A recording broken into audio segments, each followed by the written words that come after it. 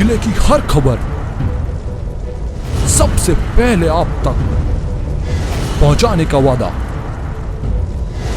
बस यही है एक इरादा। आज ही लगाए अपना पद्मेश डिजिटल सेटअप बॉक्स। नमस्कार, आप देख रहे हैं पद्मेश 24/7 तरुण रिनायत के साथ। चलिए न्यूज बुलेटिन की शुरुआत करते हैं हेडलाइन से।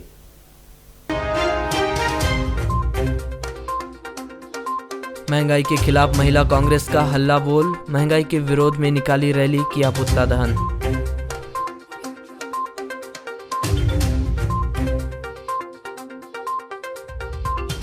हैदराबाद से मंडला जा रहे मजदूरों से भरा पिकअप वाहन पेड़ से टकराया, 11 लोग गंभीर रूप से हुए घायल।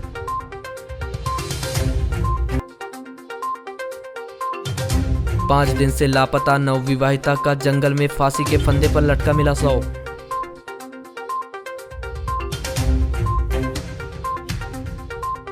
तीन वर्ष में जिले के भीतर सड़क दुर्घटना का बढ़ा ग्राफ, 8 स्थानों पर लगातार हो रही दुर्घटना, बनाए गए black spot. Manpur barrier one विभाग का चेक पोस्ट बंद होने से वन संपदा की अवैध तस्करी को मिल रहा खुला आमंत्रण। विभिन्न विभागों में सीएम हेल्पलाइन से जुड़े लंबित मांगों की संख्या में लगातार इजाफा होने और कई मामलों का अब तक निराकरण नहीं होने पर अपनी नाराजगी जताते हुए पिछले दिनों मुख्यमंत्री शिवराज सिंह चौहान ने समस्त जिलों की वीडियो कॉन्फ्रेंसिंग से जोड़कर सीएम हेल्पलाइन से जुड़े विभिन्न मामलों का त्वरित निराकरण किए जाने के निर्देश दिए थे, जिस पर उन्होंने सभी विभागों में लंबे समय से लंबित पड़े विभिन्न मामलों का जिक्र करते हुए मामले लंबित होने पर विभाग प्रमुख की जिम्मेदारी तय करने और कार्य में लापरवाही बरतने वालों के खिलाफ कार्रवाई किए जाने की बात कही थी, जिनसे मिले इन्हीं निर्देशों का पालन करते हुए सीएम हेल्पलाइन के लंबित मामलों को लेकर पुलिस अधीक्षक समीर सौरभ ने अनुभाग स्तर पर पुलिस अनुभाग तथा थाना में सीएम हेल्पलाइन के लंबित प्रकरणों की सुनवाई के लिए शनिवार को विशेष शिविर आयोजित, जिसके अनुपालन में जिले के विभिन्न थानों में विशेष शिविर लगाकर जन सुनवाई का आयोजन किया गया। वहीं उक्त शिविर कोतवाली थाना सहित बैहर, किरनापुर, वारासिवनी आदि थानों में लगाया गया, जहां शिविर में एसडीएम अरविंद श्रीवास्तव, सीएसपी श्री मिश्रा, किरनापुर थाना प्रभारी रविंद्र बारिया, बैहर टीआई जयपाल इनवाती सहित अन्य पुलिस अधिकारी मौजूद रहे। वहीं इस मामले को लेकर की गई चर्चा के दौरान नवागत नगर पुलिस अधीक्षक अंजुल अयंक मिश्रा ने बताया कि शिविर में शिकायतकर्ता को थाने बुलाकर उनकी समस्याओं को सुलझाने का प्रयास किया गया। पुलिस द्वारा जल्द से जल्द सभी मामलों का निराकरण को लेकर प्रयास जारी है। जानकारी के अनुसार वर्तमान में पुलिस से संबंधित 127 शिकायतें सीएम हेल्पलाइन में विभिन्न स्तरों पर लंबित हैं, जिनमें से 69 शिकायतें 50 या उससे अधिक दिनों से लंबित है। जिला पुलिस प्रशासन की जनता की समस्याओं और उसके निराकरण की इस पहल से लोगों ने राहत की सांस ली है। वारासिवनी नगर से गुजरने वाली बड़ी नहर वर्तमान समय में कचरा और होटलों द्वारा फेंकी जा रही गंदगी से बजबजा रही है। किसान व उनकी फसल के लिए जीवनदायिनी बड़ी नहर में इस तरह के किए जा रहे कृत्य से किसान काफी चिंता में नजर आ रहे हैं। नगर से सटी ग्राम पंचायत के किसान इस बात से काफी खफा नजर आ रहे हैं कि सिंचाई विभाग इस ओर ध्यान नहीं दे रहा है, जो चिंता का विषय बना हुआ है। किसानों का साफ तौर पर कहना है कि वर्तमान में खेतों में रबी अर्थात धान की फसल लगी हुई है। शीघ्र ही नहर में फिर से इस फसल को पानी देने छोड़ा जाएगा, जिससे नहर में डाला गया कचरा और अवशेष पदार्थ फसल को भारी नुकसान करेगा।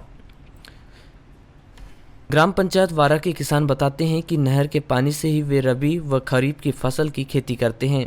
प्रतिवर्ष फसल का उत्पादन इसी कचरे व अवशिष्ट पदार्थ नहर में डालने के कारण गिरता जा रहा है। बाबूजी, नहर के पानी उपलब्ध है इसलिए? नहर का पानी उपलब्ध है, मगर का नहरों में गंदगी फैली रहती, कचरा काली कचरा आता है। अभी क्या है, रबी के फसल तो नहीं लगाते मगर पानी आता है और उसके कारण क्या है, गंदगी फैलती है। हमने कई बार ग्राम पंचायत सिकंदरा से हमने शिकायत की है, मगर उसको कोई ध्यान नहीं जा रहा है। मेहदीवाड़ा निवासी कृषक मोहम्मद जावेद कुरैशी बताते हैं कि वे 1 एकड़ के छोटे से किसान हैं, जिनकी फसल सिर्फ नहर के पानी से ही सिंचित होती है। जब नहर में पानी छोड़ा जाता है तो कई प्रकार के अपशिष्ट पदार्थ नहर के पानी के साथ बहकर आ जाते हैं। नहर के पानी से ये तकलीफ हो रही है कि वहाँ पे कई किस्म की गंदगी वहाँ डाली जाती है। झिल्ली है, जूते चप्पल है, कपड़े हैं और वगैरह वगैरह जो भी। तो मौत इसके लिए पहले कहीं किसी से शिकायत किए थे आपने? नहीं, आपने शिकायत तो मैंने नहीं किया अभी तक, लेकिन कई बार मैंने ऐसा बोलने की कोशिश करी। सिकंदरा के कृषक जगतलाल पंचेश्वर इस परेशानी को देखते हुए यही मांग कर रहे हैं कि नहर के पानी से ही खेती सिंचित होती है, क्योंकि उनके पास इसके अलावा कोई अन्य साधन नहीं है। ऐसे में विभाग को नहर में गंदगी डालने वालों को हिदायत देकर कार्रवाई करनी चाहिए। पेट्रोल, डीजल, रसोई गैस सहित अन्य खाद्य वस्तुओं के दामों में रोजाना आ रहे उछाल से आम आदमी परेशान है, तो वहीं इस महंगाई ने गृहिणियों का बजट बिगाड़ कर रख दिया है। प्रदेश में बढ़ती महंगाई और लगातार महिलाओं पर हो रहे अत्याचार को लेकर महिला कांग्रेस ने रविवार को प्रदेश सरकार का विरोध दर्ज किया, जहां जिला कांग्रेस कार्यालय से कांग्रेसियों के सैलाब के साथ महिला कांग्रेस ग्रामीण अध्यक्ष रचना लिल्हारे ने महंगाई की अर्थी को कंधा दिया और काली पुतली तक अर्थी ले जाया गया, जहां प्रदेश में बढ़ती महंगाई पर आड़े हाथों लेते हुए उसका दहन किया गया। कार्यक्रम की शुरुआत कांग्रेस कार्यालय में महिला कांग्रेस प्रदेश उपाध्यक्ष एवं जबलपुर संभाग प्रभारी जमुना मरावी का स्वागत ग्रामीण जिला अध्यक्ष द्वारा किया गया। तत्पश्चात कांग्रेस कार्यालय से महंगाई की अर्थी को लेकर महिला कांग्रेस की बहनें तपती धूप में काली पुतली चौक धरना प्रदर्शन स्थल पर पहुंची, जहां उद्बोधन कार्यक्रम का आयोजन कर महंगाई की अर्थी का दहन किया गया। कमलनाथ के आदेश पे हम लोग आज महंगाई के मुद्दे पे बालाघाट जिले में आज सवारी निकाला गया महंगाई के लिए, क्योंकि महंगाई चरम सीमा पे छू रहा है। गरीब जनता करेगी क्या बताइए, आसमान छू रहा है। पेट्रोल डीजल 100 के पार हो गया है। कभी जनता 70 साल में 200 रुपये मीठा तेल नहीं खाया होगा, आज 200 रुपये मीठा तेल खा रहा है। जनता 100 रुपये कमा रहा है। पब्लिक गरीब जनता की पेमेंट नहीं बढ़ रही है, केवल महंगाई बढ़ रहा है। GST के मार, हर टैक्स लग रहा है। हम साबुन खरीदते हैं तो टैक्स, बिस्कुट खरीदते हैं तो टैक्स, और आगे भी हम लोग अब रोड पे आके करना है। आज बालाघाट में महिला कांग्रेस ने शुरुआत कर दिया है। अब हर जिले स्तर पे हम लोग ये लड़ाई लड़ेंगे महिला के खिलाफ में, और महिला अत्याचार मध्य प्रदेश का पर बनते हैं। रुपझर थाना क्षेत्र के उकवा चौक के अंतर्गत आने वाले सुंदरवाही गांव के पास जंगल में पुलिस ने 21 वर्षीय नवविवाहिता का शव बरामद किया है। मृतिका की पहचान सुंदरवाही निवासी सीमा उइके के रूप में की गई है। जानकारी के अनुसार शव 3 से 4 दिन पुराना बताया जा रहा है, जिसकी फांसी पर लगने से मौत होना प्रतीत हो रहा है। फिलहाल स्पष्ट नहीं हो पाया है कि नवविवाहिता की मौत कैसे हुई है। वहीं पुलिस ने प्रथम दृष्टया परिजनों के बयान के आधार पर पंचनामा सहित अन्य आवश्यक कार्रवाई की है। वहीं जाफौ 174 के तहत मर्ग कायम कर शव का पोस्टमार्टम करवाकर अंतिम संस्कार के लिए शव उनके परिजनों के सुपुर्द कर दिया है। प्राप्त जानकारी के अनुसार नवविवाहिता सीमा का 2-2.5 महीने पहले विवाह रविंद्र के साथ हुआ था। पति घर जवाई आ गया था। शादी के 1 माह साथ रहने के बाद लगभग 1.5 माह पहले सीमा गांव के ही किसी लड़के के साथ भाग गई थी। अब उसका शव रविवार को 24 अप्रैल को जंगल में पेड़ से लटका बरामद किया है। फिलहाल सीमा ने आत्महत्या की है या उसकी हत्या कर दी, यह जांच का विषय है।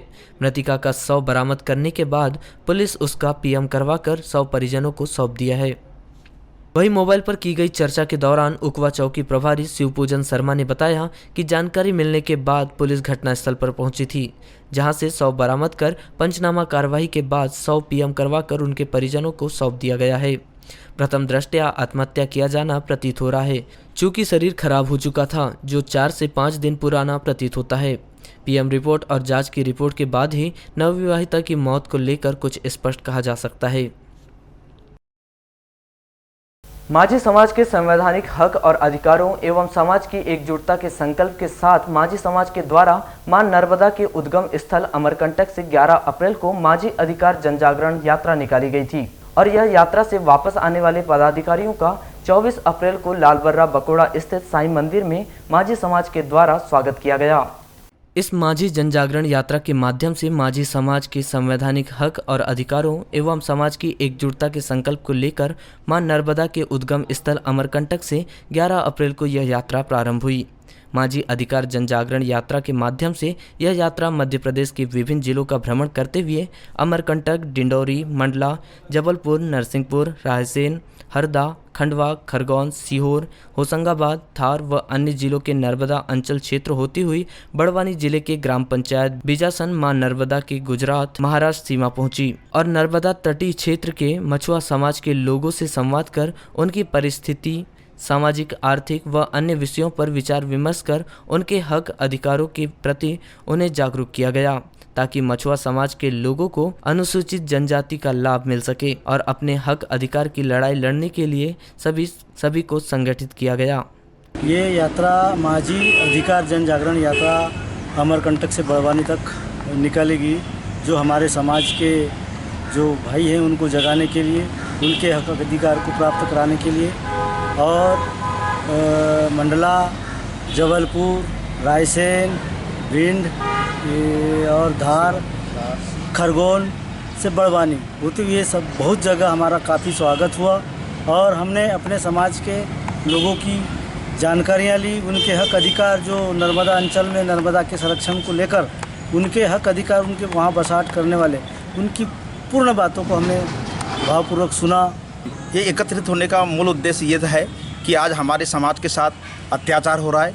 इस हेतु माझी अधिकार यात्रा अमरकंटक से लेकर बड़वानी तक निकाली गई, जिसमें सभी संगठन आज लगभग पूरे मध्य प्रदेश में करीब 30 से 40 संगठन है, जिसके सभी पदाधिकारी उपस्थित होकर एक मतैन होकर ढीमर, केवट, कार, मल्ला, भोई, कश्यप, सिंगरा आदि सभी जाति एक होकर सरकार के विरुद्ध एक होकर अपनी आवाज़ को बुलंद किया और समाज को एक होने का संदेश दिया, जिससे समाज अपने हक अधिकार को पा सके। और मूल उसका उद्देश्य था कि आज हमारे समाज को आरक्षण नहीं दिया जा रहा है।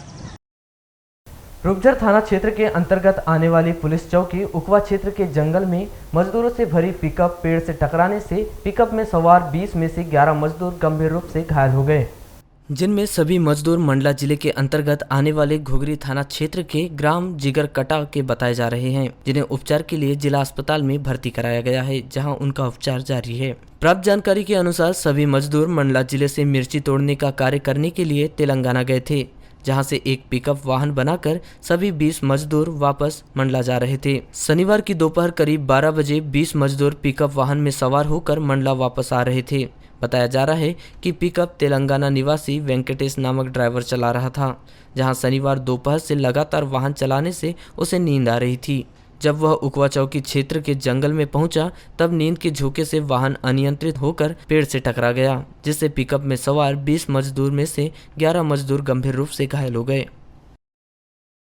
मध्य प्रदेश के खरगोन में हुई हिंसा के साथ ही अन्य स्थानों पर हुए पथराव, आगजनी और बलवा जैसी घटनाओं को देखते हुए जिले में शांति व्यवस्था बनाए रखने के लिए पुलिस ने 24 अप्रैल रविवार को स्थानीय पुलिस लाइन में दंगाइयों को रोकने के लिए मॉक ड्रिल की, जिसमें शामिल हुए दंगाइयों ने अपनी बातों को मनवाने के लिए मनमानी करते हुए पुलिस के विरुद्ध नारेबाजी करते हुए पत्थरबाजी की, जिसके बाद पुलिस की बंदूक छीनने वाहन पलटने की कोशिश की गई। जब दंगाई नहीं माने तो पुलिस ने आंसू गैस के गोले छोड़कर दंगाइयों पर लाठीचार्ज किया और मॉक ड्रिल पूरी की। मॉक ड्रिल की शुरुआत अतिरिक्त पुलिस अधीक्षक विजय डावर, नगर पुलिस अधीक्षक और थानों के बल के साथ पुलिस लाइन बालाघाट में बलवा ड्रिल सामग्री का निरीक्षण किया गया। बाद में बलवा ड्रिल की रिहर्सल की गई, जहां सभी राजपत्रित अधिकारियों की गाड़ियों में भी बलवा ड्रिल सामग्री का निरीक्षण किया गया।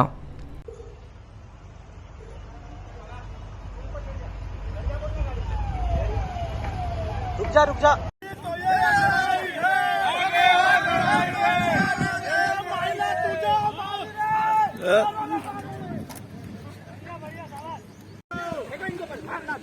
आंखें बंद करके मारना ना बस और मार ये देखो ये तुम्हारे पास आ गया, खड़े हो जाओ, हटाओ ना बे, आंखें बंद करके हम भी खेलोगे।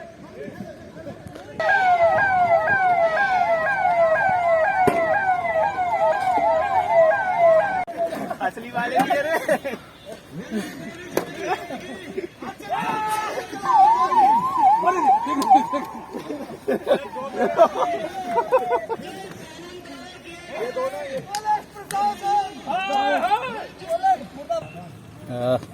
आने वाले समय में कानून व्यवस्था की स्थिति को देखकर, जैसा कि आपको विदित है, अभी कुछ दिनों पूर्व खरगोन में एक घटना हुई, अन्य जगह छुटपुट हिंसक टाइप की घटनाएं हुई। इन सभी चीज़ों को ध्यान में रखते हुए वरिष्ठ अधिकारियों के निर्देशन में एवं पुलिस मुख्यालय के द्वारा निर्देशित किया गया था कि प्रत्येक जिले में बलवा ड्रिल की एक रिहर्सल की जाए, जिसमें जो है जो घटनाक्रम होता है उस घटनाक्रम में जिस तरह से पूरी कार्रवाई की जाती है उस कार्रवाई की एक मॉक ड्रिल की जाए। तो उसी तारतम्य में आज पुलिस लाइन में पुलिस अधीक्षक महोदय के निर्देशन में एक मॉक ड्रिल रखी गई थी, जिसमें जो एक एक्सीडेंट को लेकर एक मॉब के द्वारा जो है लॉ एंड ऑर्डर क्रिएट किया गया था, उसी मॉब को खदेड़ने के लिए पूरी तरह से जो है बलवा ड्रिल की गई है। जिस बलवा ड्रिल में समस्त थाने के थाना प्रभारी और लोकल सीएसपी उपलब्ध थे। सर, इस कार्रवाई में क्या क्या बताया गया है? देखिए, बेसिक जो गलतियां जो पुलिस के द्वारा किसी भी लॉ एंड ऑर्डर में की जाती है, उन बेसिक गलतियों को हम लोगों के द्वारा यहाँ बताया गया। सबसे इम्पोर्टेंट होता है लाठीचार्ज और आंसू गैस के जो गोले छोड़ना होते हैं। आंसू गैस के गोले जितने कारगर होंगे उतना हम लोगों को फायदा होता है। उनको किस डिग्री में रखना है, पब्लिक कितने दूर है, बलवाई कितने दूर खड़े हैं, सारी चीज़ों को ध्यान में रखकर उस पर कारगर आंसू गैस के गोले छोड़ना दिखा रहा है। मध्य प्रदेश शासन द्वारा सड़क दुर्घटनाओं पर अंकुश लगाने के लिए लगातार प्रयास किए जा रहे हैं। बीते 3 वर्षों में जिन स्थानों पर अधिक दुर्घटनाएं हुई है, उन स्थानों को ब्लैक स्पॉट के रूप में चिन्हित कर सूचना बोर्ड, स्पीड ब्रेकर सहित अन्य तरह की सेफ्टी प्रिकॉशन के लिए आदेश दिए गए हैं। जिले के भीतर ब्लैक स्पॉट को चिन्हित किया गया है, लेकिन प्रदेश शासन दुर्घटनाओं को रोकने के आदेश का पालन होता दिखाई नहीं दे रहा है। आपको बता दें कि सांसद डॉक्टर ढाल सिंह बिसेन द्वारा पूर्व में सड़क सुरक्षा समिति की बैठक के दौरान उपस्थित अधिकारियों को कई बार निर्देशित कर चुके हैं कि जो दुर्घटनाजन्य क्षेत्र हैं, जहां पर दुर्घटनाएं अधिक होती है, जिन्हें ब्लैक स्पॉट के रूप में चयनित किया गया है, वहां पर सूचना बोर्ड सहित अन्य सेफ्टी प्रिकॉशन बरते जाएं। लेकिन सड़क निर्माण करने वाली एजेंसी संबंधित विभाग इस आदेश का पालन करते दिखाई नहीं देते। नतीजा, सड़क दुर्घटना पर अंकुश नहीं लग रहा है। स्पॉट अपने जिले में कितने बनाए गए हैं और कहाँ कहाँ बनेंगे? वर्तमान में बालाघाट जिले में 8 ब्लैक स्पॉट हैं। दो लालबरगा क्षेत्र में है, एक रामपाली में है, कटंगी में है, 2 हट्टा क्षेत्र में है और एक अपने ग्रामीण क्षेत्र में है। ब्लैक स्पॉट का जो निर्धारण होता है इसके लिए मानक है 500 मीटर की दूरी पर। अगर वहाँ पर 3 वर्ष में कोई 3 वर्ष में गंभीर घटनाएं हुई हैं और उसमें लोग ख़त्म हुए हैं, या फिर 5 वर्ष में सड़क दुर्घटनाएं 10 या 10 से अधिक हुई हैं, तो ऐसे स्थानों को चिन्हित कर ब्लैक स्पॉट की परिधि में शामिल किया जाता है। और ब्लैक स्पॉट अमूमन ये देखा गया है कि जो सामान्य रोड होती हैं, सामान्य रोड में जो लिंक रोड मिलती है, वहाँ पर ब्लैक स्पॉट बनने की संभावना अत्यधिक होती है। ब्लैक स्पॉट को समझने के लिए भारत सरकार के द्वारा NHI के द्वारा और क्या बोलते हैं PW के द्वारा दुर्घटना संभावित क्षेत्र माने कि बोर्ड लगाए गए हैं। अमूमन देखा ही जाता है कि लोग उनको देखते नहीं हैं और नज़रअंदाज करके वाहन चलाते हैं, जिससे अप्रिय घटनाएं हो जाती हैं। लोगों से अपील है कि जो भी सड़कों पर जो मानक चिन्ह लगाए गए हैं उनको कृपया करके ध्यान से देखें और उसके अनुसार ही गाड़ी का परिचालन करें। चलिए आपको बताते हैं कि जिले के भीतर सड़क दुर्घटना के ग्राफ को देखते हुए किन किन स्थानों को ब्लैक स्पॉट के रूप में चिन्हित किया गया है। बीते 3 वर्ष में सड़क दुर्घटना में 26 लोगों की मौत हुई है। जिले में 8 ब्लैक स्पॉट बनाए गए हैं, जिसमें दुर्घटना वाले क्षेत्र से 500 मीटर का क्षेत्र शामिल है। जहां 1 से अधिक सड़क दुर्घटनाएं हुई हो, उस क्षेत्र को ब्लैक स्पॉट में शामिल किया गया है, जिसमें ग्रामीण थाना क्षेत्र के कोसमी पीपल चौक से बगदरा चौक तक 5 सड़क दुर्घटनाएं हुई है। इस घटना में 2 लोगों ने अपनी जान गंवाई है। हट्टा थाना क्षेत्र में 2 ब्लैक स्पॉट बनाए गए हैं। गोंदिया रोड चिखला में 8 एक्सीडेंट हुए हैं, जिसमें 3 लोगों ने अपनी जान गंवाई है। वहीं दूसरा स्थान सालेटेका चौराहा है, जहां एक्सीडेंट में 9 लोगों की मौत हुई है। इसी तरह लालबरा क्षेत्र में 2 ब्लैक स्पॉट बनाए गए हैं। पहला स्थान मानपुर पेट्रोल पंप के पास, जिसमें 5 सड़क दुर्घटनाएं हुई है, जिसमें 2 लोगों ने अपनी जान गंवाई है। वहीं दूसरा स्थान कंजई की बंजारी घाटी से मजार पुलिया तक 5 एक्सीडेंट हुए हैं, जिसमें 5 लोगों की मृत्यु हुई है। परसुनी क्षेत्र के डोंगरिया को ब्लैक स्पॉट बनाया गया है, जहां 6 एक्सीडेंट हुए हैं, जिसमें 3 लोगों की मृत्यु हुई है। रामपाली थाना क्षेत्र के ग्राम कोलीवाड़ा में 6 दुर्घटनाएं हुई हैं, जिसमें 5 लोगों की मृत्यु हुई है। कटंगी क्षेत्र के खिड़की घाट को ब्लैक स्पॉट के रूप में चिन्हित किया गया है, जहां पर 5 घटनाएं हुई हैं और 2 लोगों की मृत्यु हुई है। आपको बताएं कि 3 वर्ष पहले सड़क दुर्घटना में 26 लोगों की जान गई है। ब्लैक स्पॉट 3 वर्ष के आधार पर चिन्हित किया जाता है। पुलिस मुख्यालय भोपाल के द्वारा मानक निर्धारित किया गया है, जिसमें 3 वर्ष के आंकड़े उठाए जाते हैं। उसमें ये देखा जाता है कि किस स्थान पर सबसे अधिक दुर्घटनाएं हुई हैं। फिर उसके आधार पर उस ब्लैक स्पॉट को कैसे ख़त्म किया जाए, कैसे उसको दूर किया जाए, इसके उपाय आरटीओ के द्वारा, पुलिस विभाग के द्वारा, संबंधित रोड एजेंसी के द्वारा की जाती है। कितनी मौतें हो गई सर अभी 3 साल में? जी सर बताएं। बालाघाट के आमजन से थाने की अपील है कि जो जिला बालाघाट में ग्रामीण क्षेत्र के अंतर्गत ग्रामीण थाना जो है उसमें पीपल चौक, उसमें से बगदरा चौक तक एक ब्लैक स्पॉट निर्धारित किया गया है, जिसमें विगत 3 वर्ष में 5 दुर्घटनाएं हुई हैं और 2 लोगों की मृत्यु हुई है। साथ ही हट्टा क्षेत्र के अंतर्गत चिखला जो अपना गांव है, वहां पर विगत 3 वर्षों में 8 दुर्घटनाएं हुई हैं एवं 3 व्यक्तियों की मृत्यु हुई है। हट्टा में ही सालाटी का एक चौराहा है, जहां पर विगत 3 वर्षों में 6 दुर्घटनाएं हुई हैं एवं 9 व्यक्ति उसमें खत्म हुए हैं। यह तो बात रही उन स्थानों की जहां पर दुर्घटनाओं के दौरान लोगों ने अपनी जान गंवाई है, लेकिन जिले में ऐसे भी कई स्थान हैं जहां पर समय समय पर दुर्घटनाएं होती रहती है, जिसमें बैहर रोड, परसवाड़ा रोड, लामता, नैनपुर मार्ग पर भी लगातार सड़क दुर्घटनाएं होती है, लेकिन सभी जगह एक जैसे हालात हैं। ना कहीं सूचना बोर्ड है और ना कहीं सुरक्षा के कोई उपाय। सड़क पर भगवान भरोसे चलते जाइए। आप सही चल रहे हैं तो जरूरी नहीं कि सामने वाला भी सही चल रहा हो, इसलिए स्वयं भी सुरक्षित चलिए और सामने वाले से भी सुरक्षित रहकर चलिए। यही सड़क सुरक्षा का मूल मंत्र है, जो बालाघाट के भीतर दिखाई दे रहा है।